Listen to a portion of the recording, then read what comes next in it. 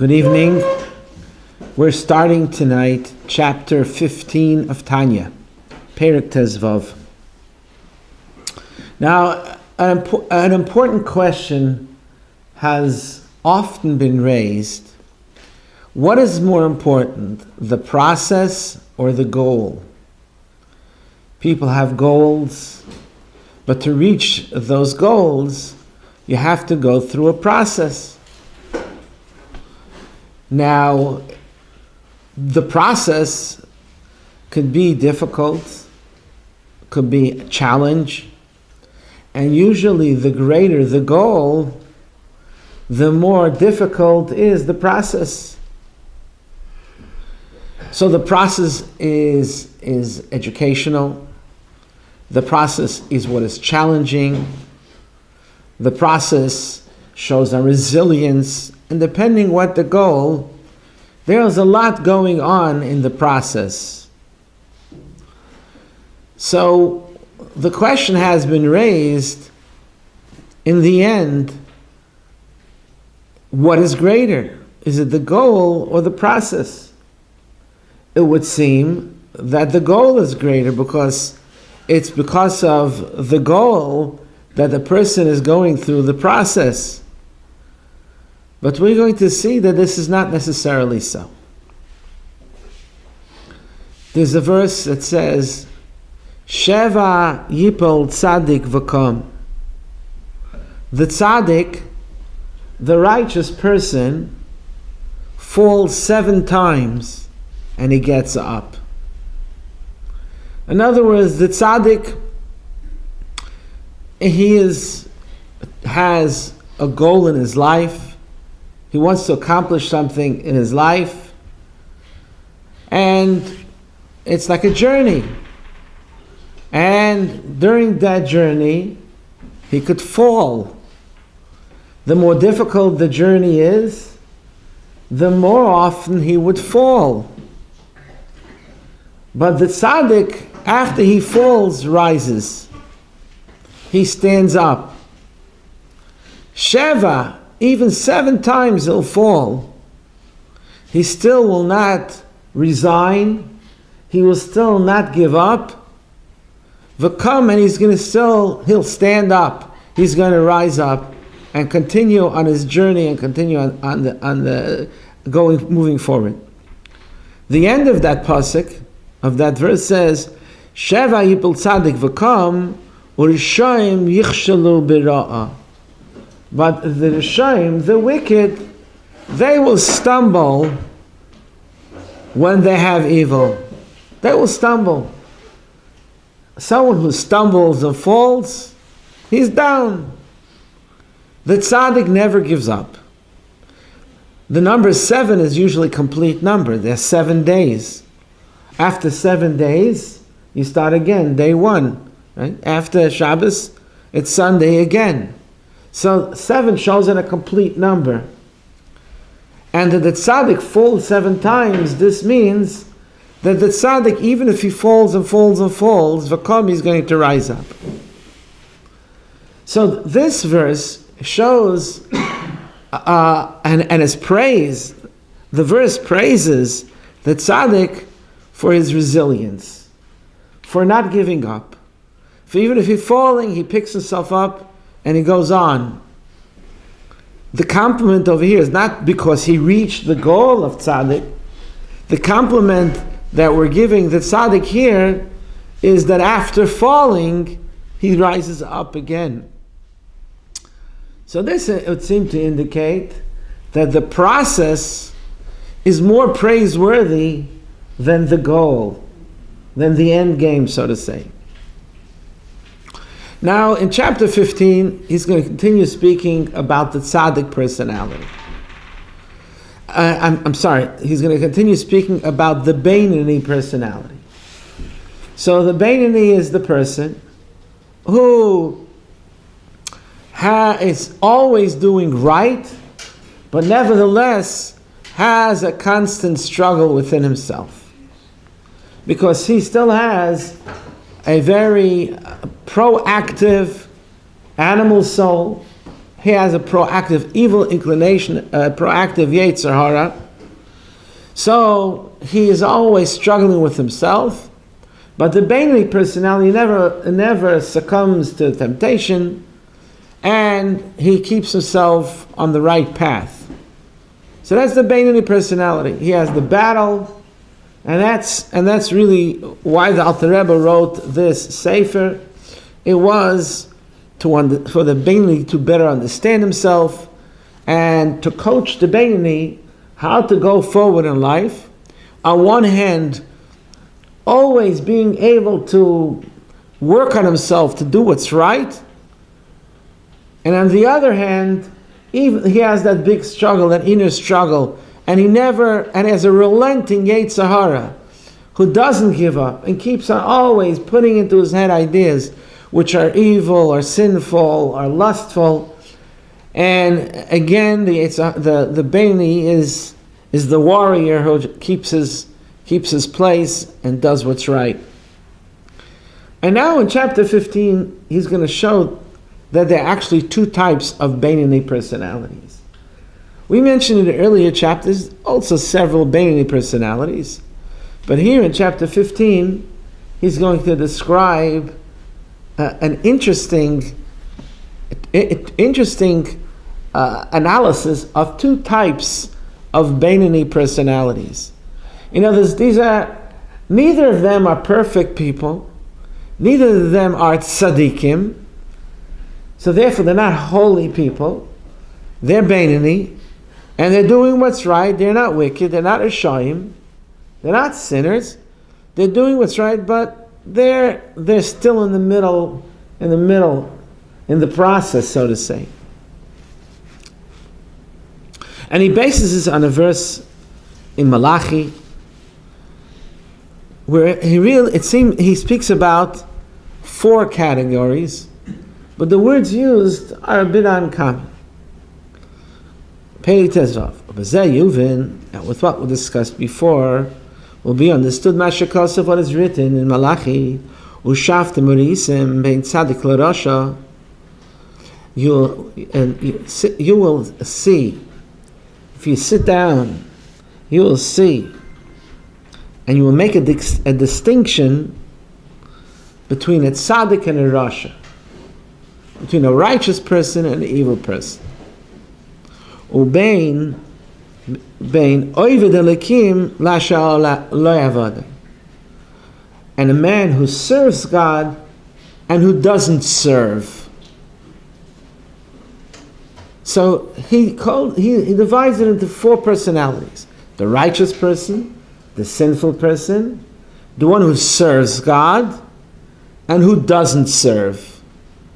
So let's analyze these four personalities. It would seem that tzaddik, it's very clear, he's a righteous person. And we spoke a lot about the tzaddik in the previous chapters, so we know what the tzaddik is. The rasha, we also know he's a rasha. Now over here he speaks about the one who serves God and who doesn't serve God. So the Alter Rebbe is going to say that these two are Beinoni personalities.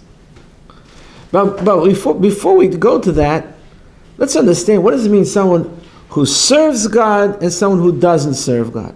It would seem, so if you're going to say someone who serves God is the tzaddik, so then he's just being redundant. He's saying the same thing. There's a tzaddik and an oived elikim, the righteous person, the one who serves God. It would mean the same thing. And if you're going to say the one who doesn't serve God is the rasha, is the sinner, so then also he's repeating himself.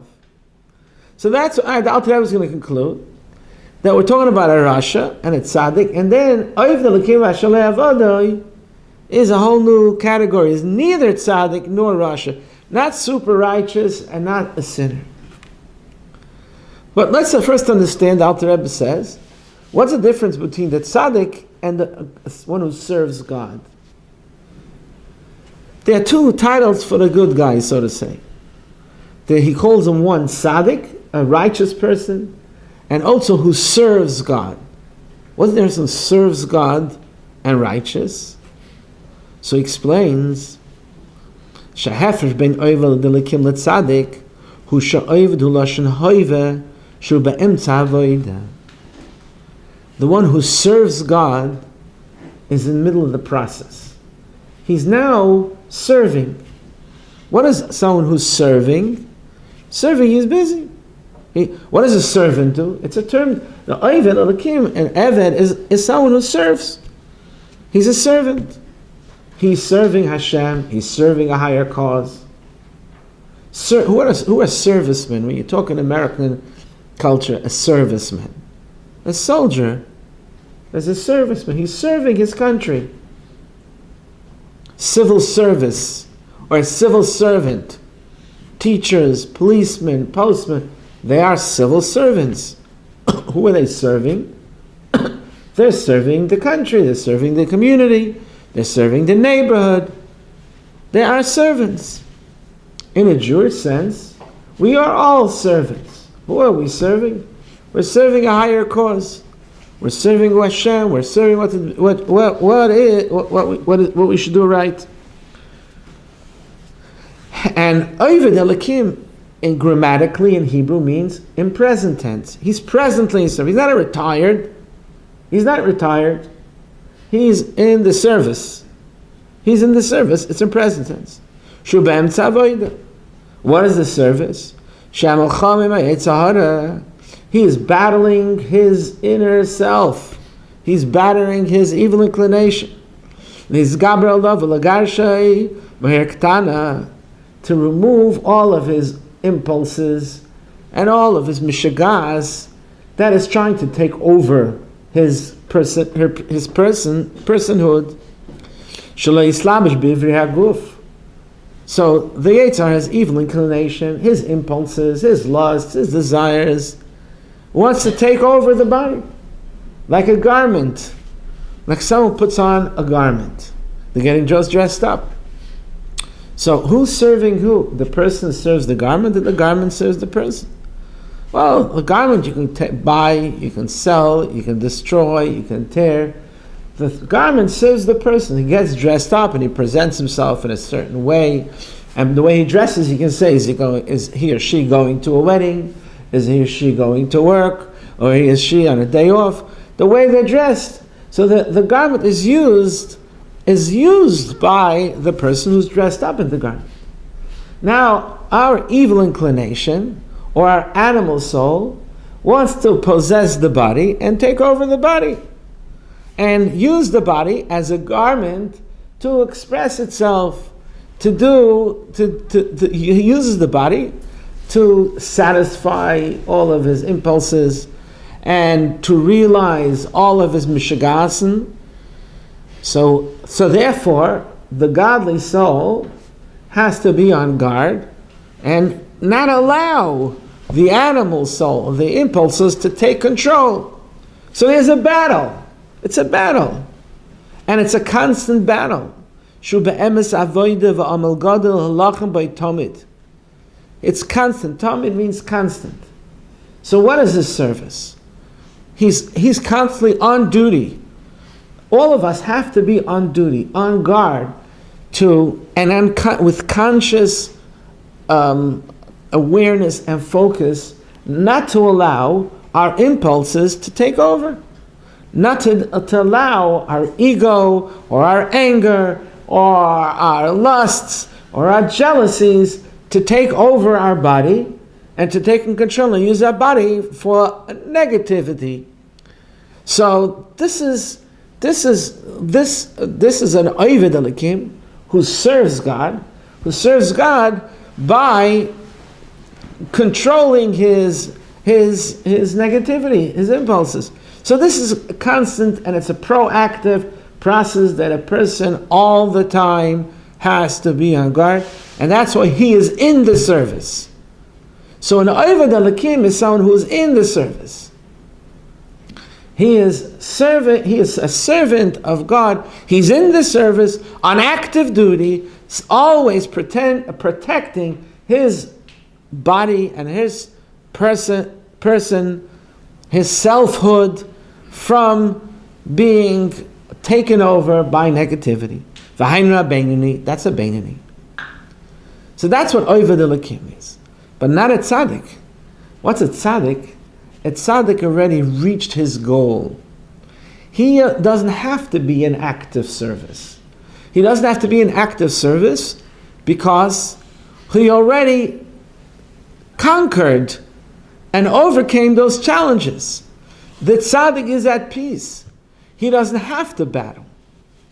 So therefore the Alter Rebbe says, Ava HaTzadik nikre Eved Hashem. Who b'shem HaToyer. Shem HaToyer means he has already the title. It's describing him, not what he does. The Eved Elikim, the servant of God, means he's still in the service. He's on active duty. The Eved Hashem already reached the goal. He already is in control of himself, that the body is no longer threatened by all those impulses. He got rid of all those impulses. He got rid of his evil inclination. And so he has the title. He deserves a medal. Great. But there is no constant battle. So that's a different between a tzaddik and a beinoni. The tzaddik is a righteous person. He got rid of all of his negativity. He reached his goal. The Oved Elikim didn't reach his goal. He's in the process. K'moi Shem Chacham Oy Melech. For example, the wise man, the scholar. It's because he's accomplished. He's already a wise man. Or a king. The king is already, he's already king. Shekvar Nasa Chacham Oy Melech. He's already president, unless it's Trump, which is their resistance. But putting that aside, someone already accomplished his title, so now he's sailing smoothly, and there's no longer a battle. Kach zeh kvar ovad v'goma lagamri avodas hamachama. So this person, the tzaddik in that verse, he says, see the difference between the tzaddik and the Oved Elikim, between the accomplished tzaddik who reached his goal. See the difference between him and the Oved Elikim, the one who's in the service. So the tzaddik already won the battle, im hara, with his evil. He already removed his evil inclination, and his heart is empty. This is described on David, who was a tzaddik. He said his heart is empty. The heart is where all lust comes from, anger comes from, Yetzer Hara comes from. So when he said his heart is empty, what is meant by that is he no longer has these impulses. So therefore, you understand already the difference between the tzaddik and the Oved Elikim. So now we understand three personalities: the tzaddik that end this verse, and the Rasha, and the Oved Elikim. We still don't know Asher Le'avadim. But first, I think that you could debate when he says, when he's going back to the verse, and the verse says, see and make a distinction between these four, between the tzaddik and the Rasha, and the Oved Elikim. And the Alter Rebbe is comparing the tzaddik and the one who's in service. And I was thinking, what is the distinction? And I think arguably you can say, there's two sides to this coin. On one hand, you could say that the tzaddik is, so to say, on a higher plane, because he already reached his goal, and he is already an accomplished person who already reached the goal. So therefore, if you reach the goal, so then you're a winner and you're okay. The Oved Elikim, who's still in the service, is still working on himself. So he didn't reach the goal of all goals. So it would seem that he is lesser than the tzaddik. On the other hand, it's clear in the 27th chapter of Tanya that there is a uniqueness and an appreciation that Hashem has for the struggle, for the process. that someone who is in the process, this is something that's very special to Hashem, because the process is special. The battle, the struggle, it shows on a certain resilience, and every day overcoming the negativity that can bring a person down. That is something special for Hashem. So after the Alter Rebbe gets done with this, the difference between the tzaddik and the Oved Elokim. Now, what does it mean? The two types, the one who serves God and the one who doesn't serve God. What does it mean, who doesn't serve God? He already mentioned in this verse the Rasha. So the Rasha goes against God. So the Rasha, he does evil. So we're not going to repeat again, who doesn't serve is the one who is a Rasha. And also it can't be the tzaddik, because he already said the tzaddik.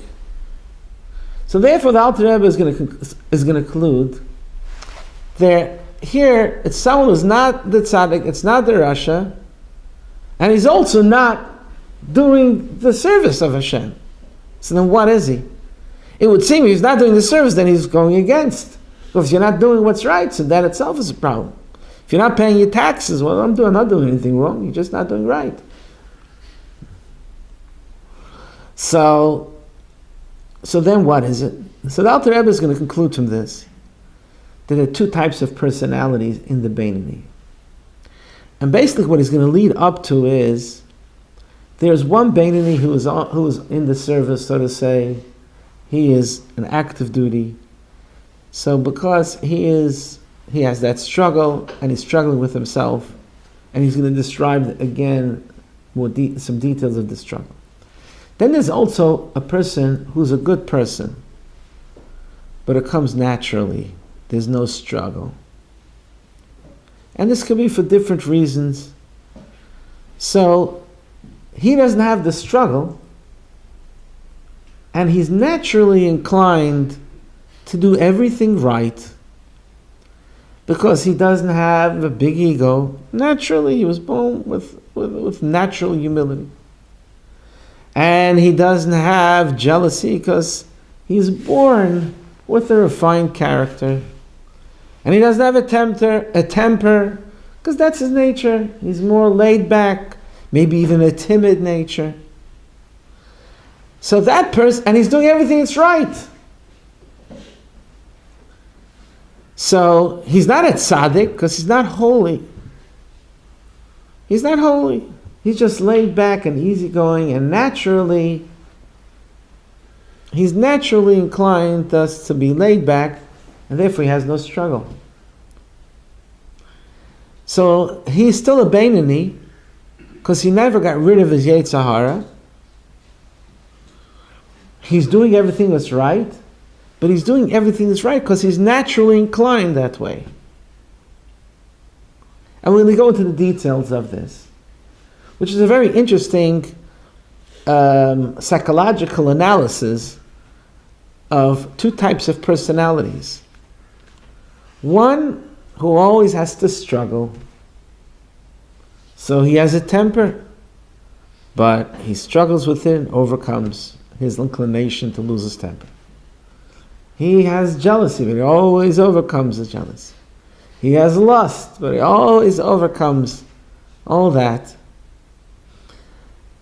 And the other one who naturally is inclined to be refined, he has no lust, he has no temper, he has no ego, he's naturally inclined to be refined and noble. A goody-goody, they used to call him in yeshiva. In school they have the goody-goodies. So that's his nature. So what the pasuk is saying over here, the verse is saying, look at the difference between one who serves God, because he always has that struggle, and it's only with the struggle that he stays straight, or the person who's naturally inclined to do always what's right. And here clearly the Alter Rebbe is going to see the quality of the warrior who's doing the battle. And that's what we're going to be speaking about. In other words, even though he's not a Beinoni, and he still has an evil inclination, but he doesn't have to fight, he doesn't have to struggle. It comes easy. It's not that he fought, and the tzaddik, he fought and he reached his goal. The Beinoni, he didn't have to fight to reach his goal. He didn't even reach his goal, because he's still, he enjoys life, he enjoys physicality, but there's no struggle, there's no battle. So now, let's analyze this. So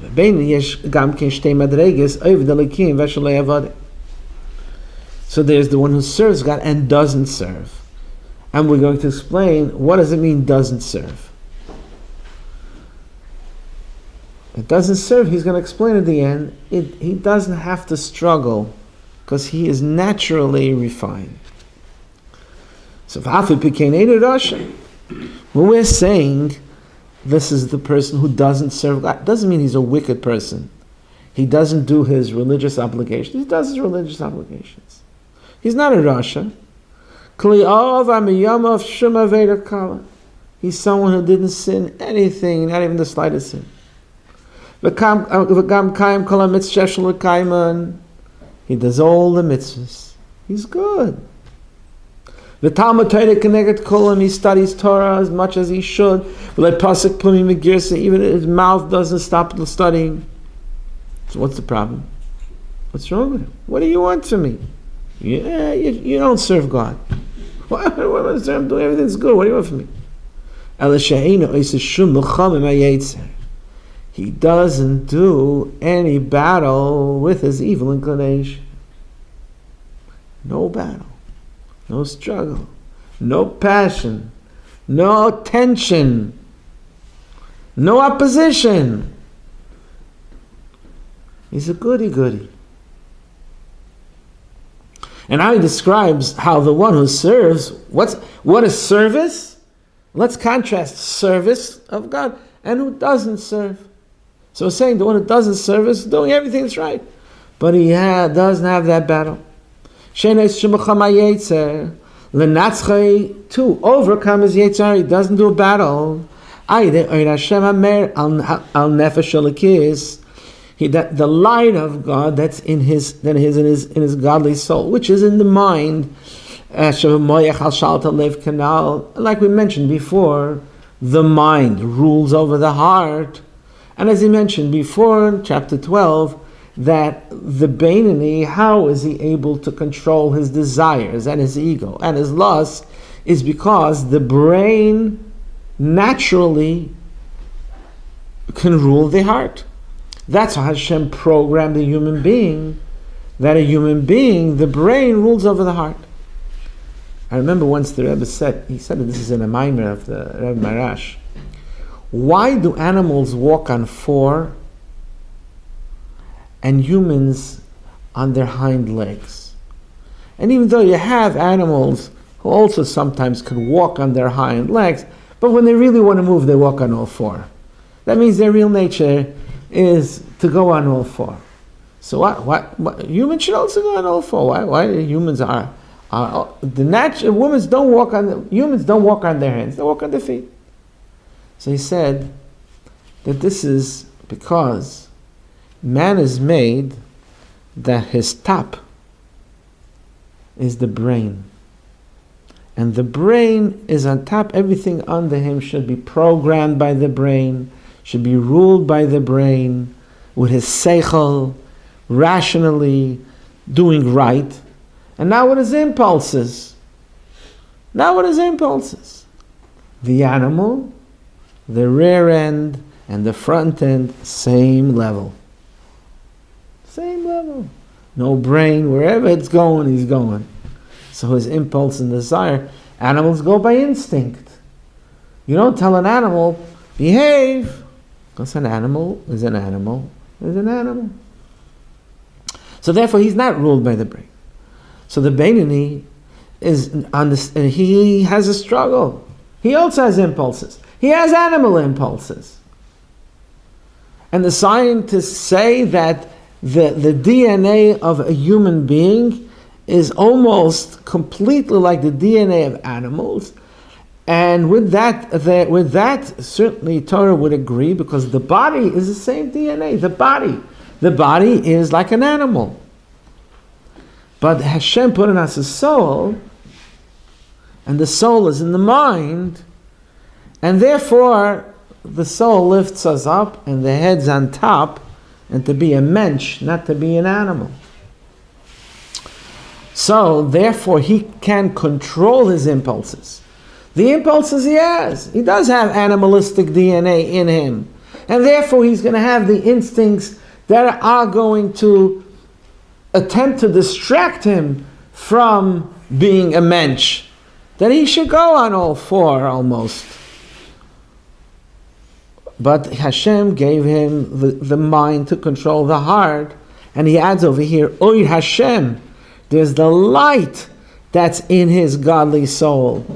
The light that is godly soul is that extra power that man has, that he's made in the image of God, that spirituality. The Oy Hashem is the spirituality that is in his Shama. So there's no physical DNA. This the scientists can't measure. They can the scientists can take our skin, they can take our blood, and put it in a lab and compare it to the DNA, physical DNA of an animal, and wow, it's almost alike. True. But the spiritual DNA, they cannot take, they cannot measure.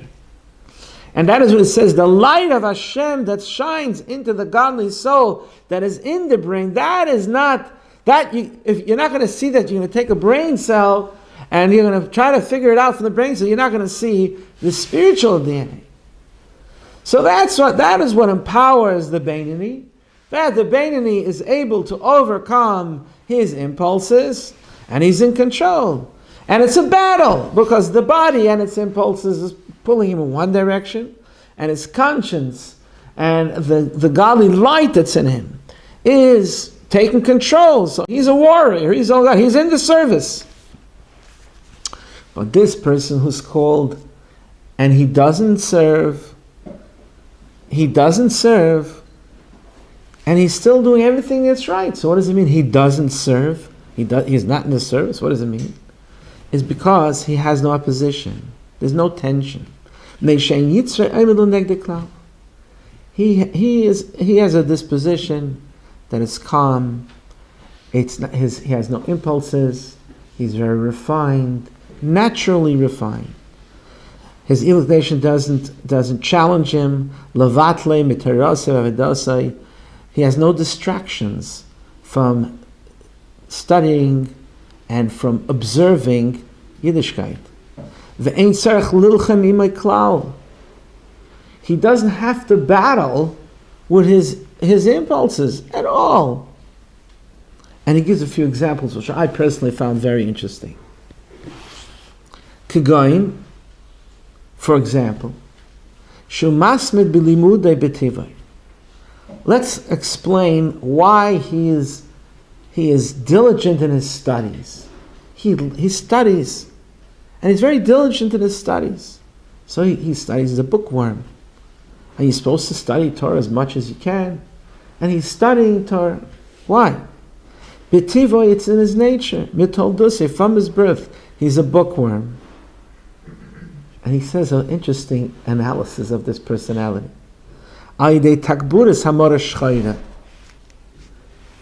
he has what's called black bile, which the Greeks had it means someone who's a bit down.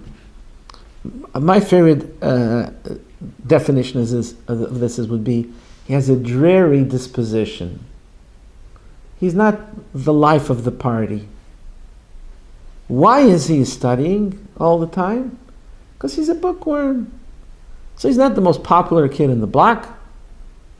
He is not restless. He's not energetic. He's more gloomy and dreary. That is his nature. So he reads and he studies. So why is he studying? Why is he studying Torah all the time? So think about the first personality, why he studies, and think about this Beinoni, why he studies.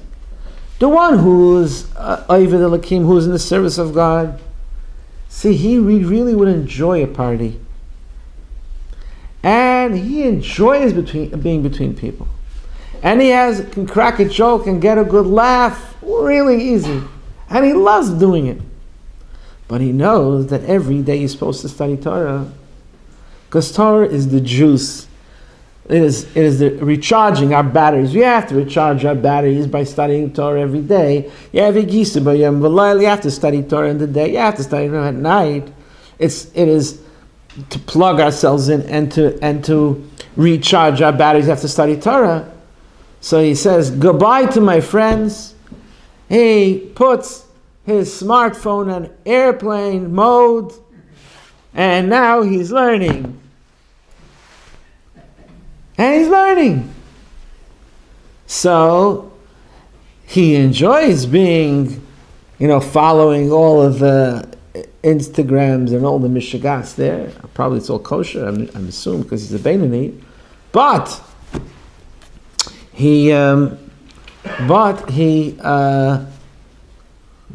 But it comes naturally. Then he gives another example, which I'm sure you're going to find interesting.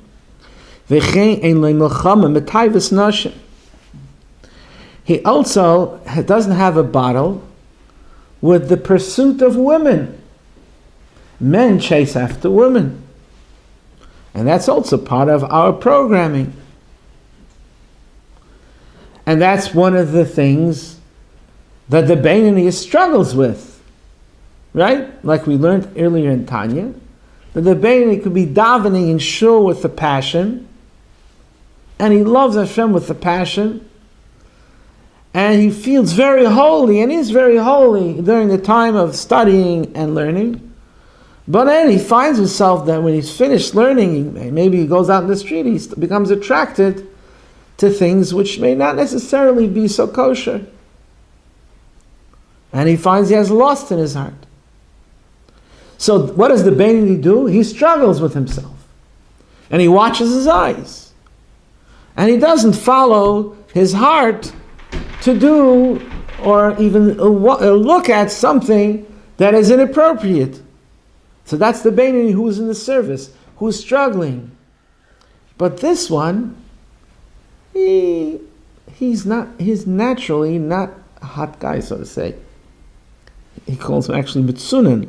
Neshu Mitzunin b'tivai. In his nature, he's passionless. He has a laid-back nature. So he doesn't struggle with lust because that's his nature. His nature is more laid back. So both of them are not chasing what is forbidden. Both of them are doing the right thing. But for the Beinoni, who's an Oived Elokim, it's a struggle. And he finds himself more often or less often in situations where he has to really work on himself to overcome temptation. Because because his Yetzer Hara is naturally inclined to party or whatever. So this person's called, he doesn't serve. Why doesn't he serve God? It's not that he doesn't serve God, he goes against God. It's just he doesn't have to serve. He doesn't have to be of service. He doesn't have to fight. He doesn't have the battle. He doesn't have the tension of a Yetzer Hara.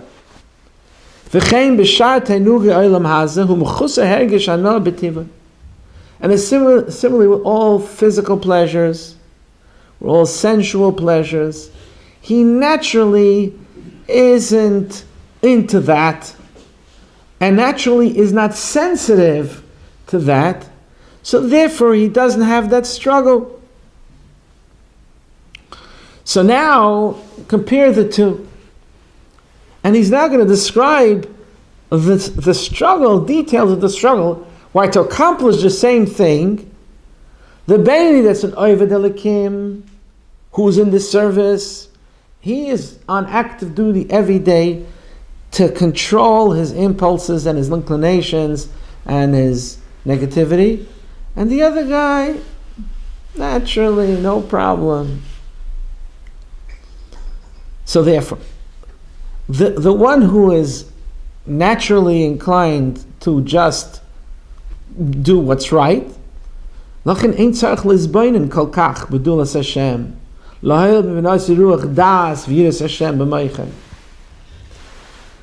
Beinoni who has the struggle, the Oved Elikim, who's on active duty, how does he overcome his temptation?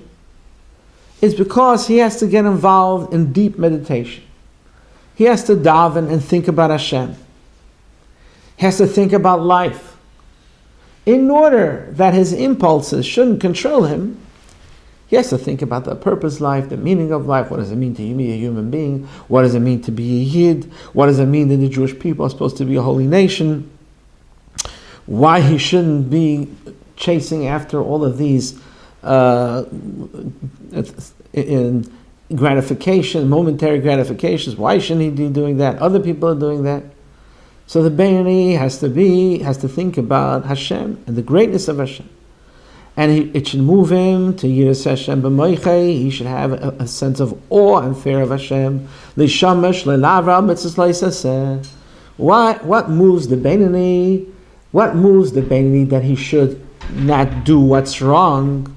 What moves him is that he thinks about Hashem and he has a sense of awe. Yiras Hashem. V'avas Hashem b'libay l'dafka by b'kiyam mitzvahs v'tamater k'nei kulam.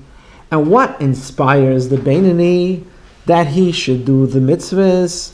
He thinks about the greatness of Hashem and therefore is moved to have love for Hashem.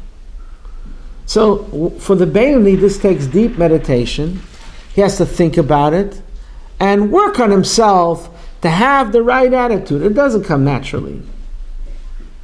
But this person who's laid back, since he doesn't have a struggle, so he doesn't have to work on himself to develop the right attitude. He doesn't work on himself to have feelings for the mitzvahs. It comes naturally. And naturally, every Yid is inclined to do the mitzvahs because he has ahava musuteres. He has a hidden love. Subconsciously in himself, every Yid has a hidden love and a sensitivity to do what Hashem wants. So he wakes up in the morning, he may be lazy for a moment, he says, but I'm a Jew, let's go to shul. Gets up and goes to shul. So he just remembers, he just has to remember. He doesn't have to meditate, he has to remember. The Beinoni who has a struggle, he has to think, why should I get up? Oh, Hashem is great, and Hashem is big, and He's watching over me. And, everything that He does is important to Hashem, so I'm going to do the mitzvahs of Hashem. And Hashem is so good to me, so I have love of Hashem. So therefore, let me get up and do what's right. So he has to meditate and think deeply before he motivates himself to do what's right. This guy, it's easy. All he has to do is remember that deep inside he has a natural love for Hashem, and that's it. He gets up and gets going. It's not meditate. He has to remember.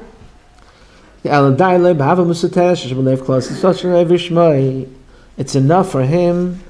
The natural love that's subconscious and dormant in him. Therefore, he's not considered an oived. He's not considered he's in the service. He's not in the service because he just has to remember. He doesn't have to struggle. He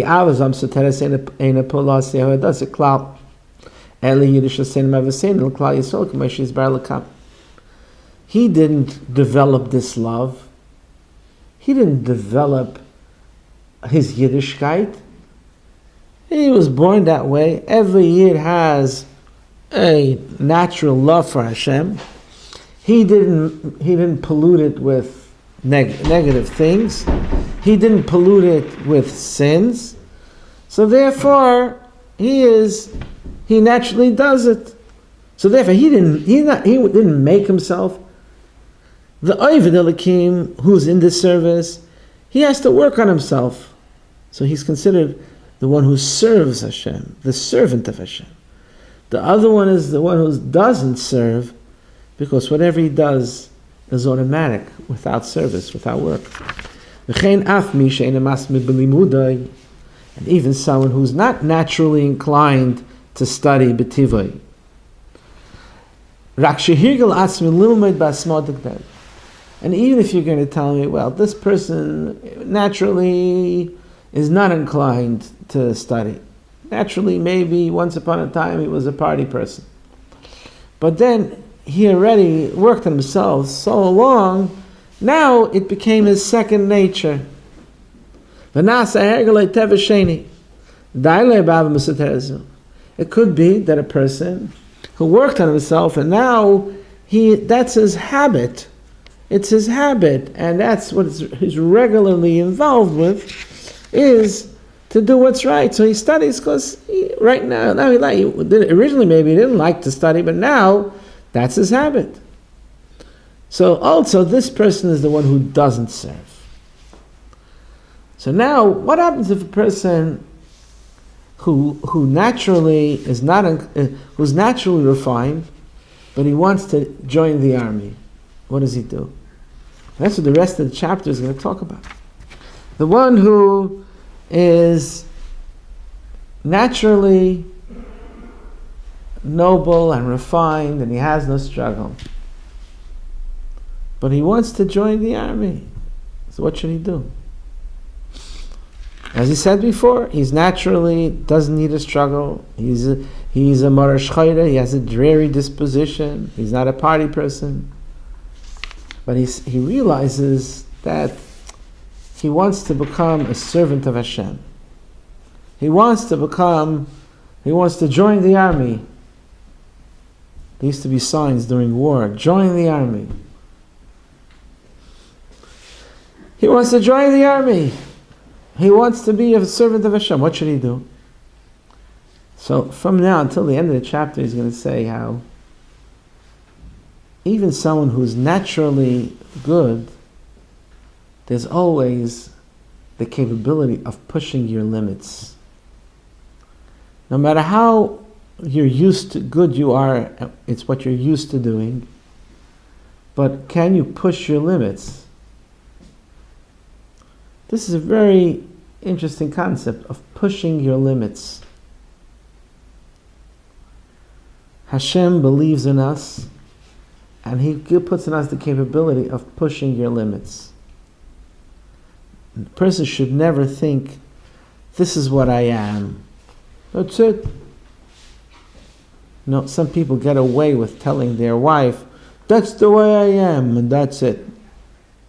But really, Torah says that you could push your limits, or push your limitations. You can push your limitations.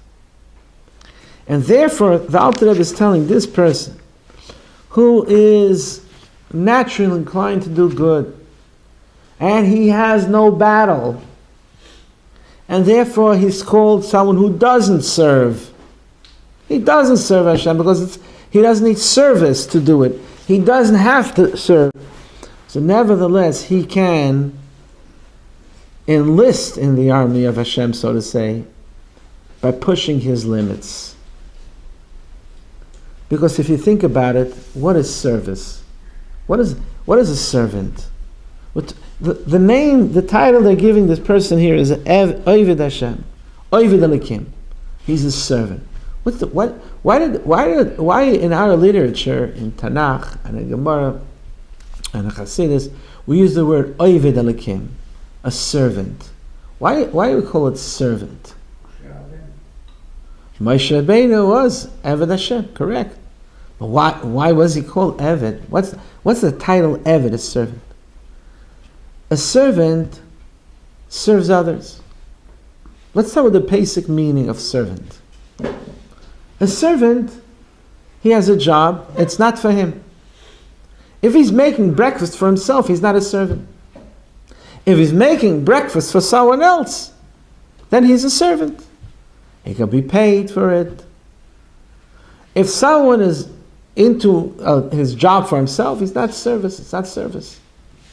Service is provide something for someone else. They pay you for it. But if you're self-employed and you're doing your own business, so then it's not about service, it's about yourself. There is avodas Hashem, in the service of Hashem. That is Oved Elokim. So now, someone who's naturally inclined and likes doing this stuff, he likes to daven and likes to learn, he's not really serving, because he's doing it for himself. That's his habit, that is his nature, that's what he likes. He's inclined to do that. So that's his programming. So he's doing it really for himself. How does he become a servant, doing it for others? Is he goes beyond himself. So someone studies Torah beyond what he normally does. Someone will give tzedakah beyond what he normally does. So why is he doing it? Because it's a mitzvah to give tzedakah. Because it's a mitzvah to study Torah. So he wants to study Torah in a way that's beyond the norm. Why? Because he wants to be a servant of Hashem. That's going beyond himself, beyond his comfort zone. If you go beyond your comfort zone, now you become an Eved Elokim. And with this you'll understand, the Gemara says, the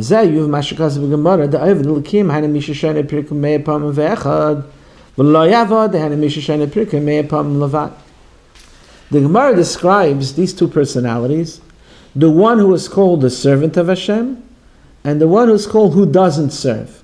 What's the difference? So the Gemara says, both study Torah.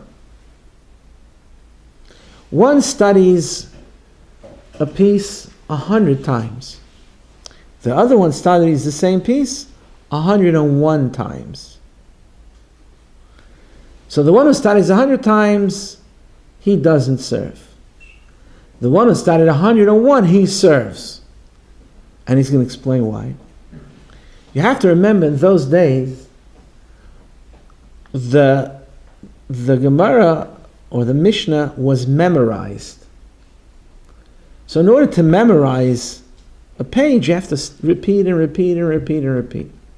So the norm was to study it 100 times. So that was the goal. You studied something 100 times. That was the regular study. That's the norm. Someone who's studying 101 is going beyond the norm, beyond his limits. He now has to push himself. That extra push makes him the one who serves, who's in the service. The one who's doing what's always done, the regular, he's regular, and he's going according to his habit. That is Asher Lo Yavod. He's not called a servant. And he explains. In those days, it was customary that every piece that you studied, you repeated it 100 times. And the Gemara gives an example. Mashal gives an example. And the marketplace where they hired donkeys. Now, what do people use donkeys? For delivery. So I'm in the marketplace and I want to deliver, 20 pounds of potatoes to somewhere, right? So I hire a carrier who's really like a taxi or a delivery guy. So he has a donkey. So there was a price. The price was for 10 parsi, let's say 10 mile, which is really more than a mile, but for 10 parsi, for 10 of these distances I've called a parsi, 1 zuz. If you want the driver to go 11 parsi, 1 mile more, 2 zuz, double the price. If you go 10 parsi, 1 zuz, 11, 1 more mile, double. Why? Because you're going beyond the norm. There's a bus route, there's a taxi route. I'm going here, and I know after my 10 parsi, I stop in a bar or in a Starbucks, and I have my drinks, and I have my lunch. And you want to propose my lunch? You want to do more than I'm used to? Double. because that was more than they're accustomed to. And the same thing is in the study. If a person is studying 100 times, that was the regular mode of study. And now, only someone who's more conscientious and more focused and more to do more than the norm, he says, I want to serve Hashem, I want to go beyond my limitations, beyond my comfort zone, then he's considered Oived Elokim. The 101st time, which is more than what he's accustomed to, that he's accustomed to since his youth, he's accustomed to doing it 100 times. Repeat this verse or this piece. So therefore, that 101st time is equal to all of the first 100, because this one is the breakthrough that he went past his comfort zone. And now he is called a servant of God. Why? Because in order to push himself more, he needs to. His gut response will be, no, I'm not going there. Right? The one who has the donkeys, the delivery man, his gut response is not 10. It's 10 miles zuz. Yeah, but I want 11. No, we don't go 11. 10 miles is this. We don't go 11. That's what it is. 10 miles is this. But I need to go 11. Do me if you ever go 11. Oh, he has to think it over and he has to think, okay, what's going to make me worth to do it more? So he says, another zuz, I'll do it for you. So he has to rethink. Similarly, the person who's pushing himself in the service of Hashem, he has to now meditate. He has to rethink. So this refined person who wants to become an Oived Elokim, who wants to become a servant of Hashem, he wants to go beyond his comfort zone. So in order to push himself that extra mile, that extra learning, he has to think, no, I really should push myself, because I'm now going to meditate, and now I'm going to think, why is it worth for me to push myself? Because Hashem is so great, Hashem is so big, and I feel the aura of Hashem, and I feel love of Hashem. Oh, now the cool and calm person with the dreary disposition, and who was never fighting with himself, now when he pushes himself, now he's going to feel the taste of the Beinoni who has the battle. To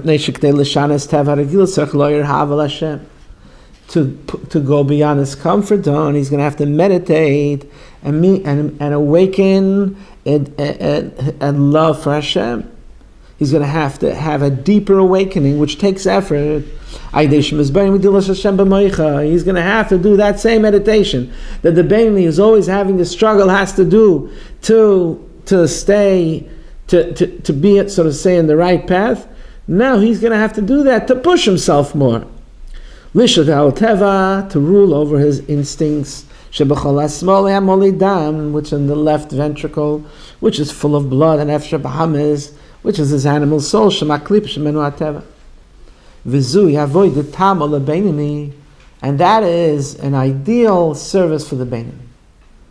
So for the Beinoni, even though he's not going to be a tzaddik, because he still has a yetzer hara, but even this person who's naturally inclined to do right, nevertheless, if he pushes himself, he's going to have to go through the same motions that the Beinoni, the regular Beinoni, who's overcoming his struggle, has to do. Or the